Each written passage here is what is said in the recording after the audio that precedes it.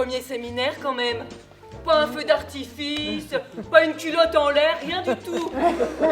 Alors qu'on est content, non? On est content ou pas? Oui.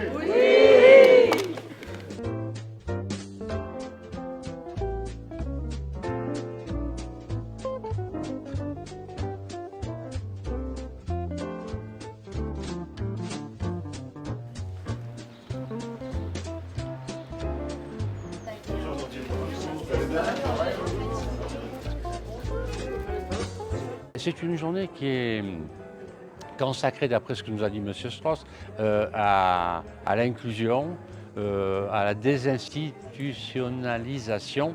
En quelque sorte, c'est mettre les gens dans la vie normale, les loger plutôt que de les concentrer en foyer.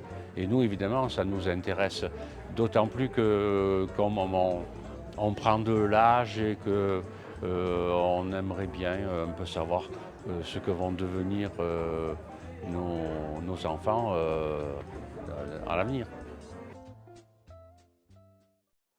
Nous verrons ainsi, dans le contexte actuel, comment ces notions peuvent finalement constituer une réelle opportunité de progrès, ou si au contraire, elles ne s'intègrent potentiellement que dans une stratégie de démantèlement d'un secteur promis à une privatisation ou à une marchandisation de l'action sociale. Comment est-ce que l'on fait finalement pour passer de l'inquiétude et du pessimisme ambiant à une dynamique de progrès et de confiance dans l'avenir de notre secteur? Une société est inclusive ou n'est pas.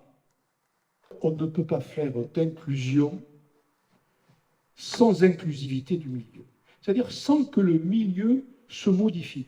Tant qu'on n'aura pas compris ça, on prononcera des mots hors sol qui n'auront pas véritablement de portée pratique. L'humanité a toujours eu besoin d'utopie. Quand il n'y aura plus d'utopie, elle sera asséchée.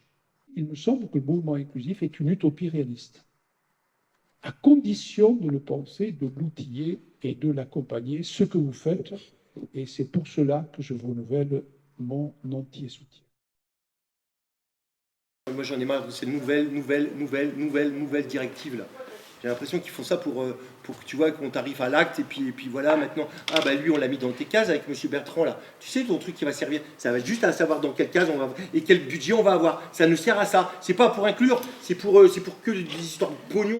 Et en fait, tu sais ce qui nous manque? Il nous manque le temps de réfléchir avec les familles, le temps de se rencontrer, de réfléchir ensemble, de construire ensemble, tu vois. C'est ça, tu vas dire ouais je suis utopique. Stéphane, vous êtes accompagné par le foyer éclaté Le Châtelard depuis quelques années maintenant.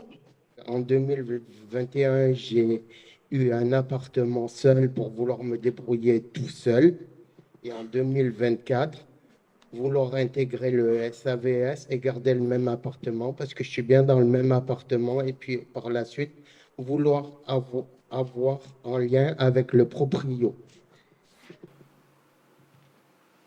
Gilles, est-ce que vous pouvez vous présenter et nous expliquer votre parcours, s'il vous plaît? Bonjour, je m'appelle Gilles Fort. J'ai été embauché en contrat de durée indéterminée il y a au mois de février de cette année-là. Donc, je suis très content d'être là-bas.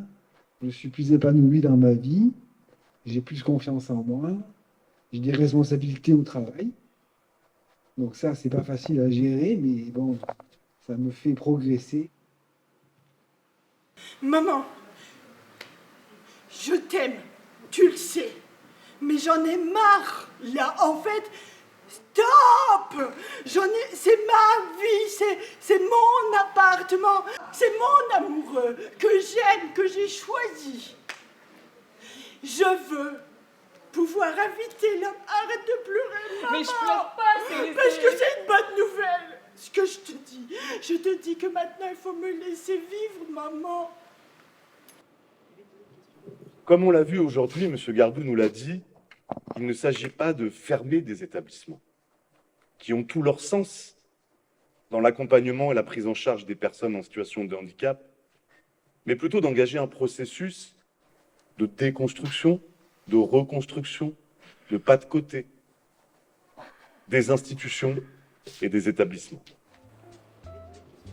Donc sont déjà apparus en canon, Karine, humanité, Partage, stimulante, émotion. L'exercice n'est pas facile pour nous là. Rencontre, Inclusivité, bien évidemment. émotion,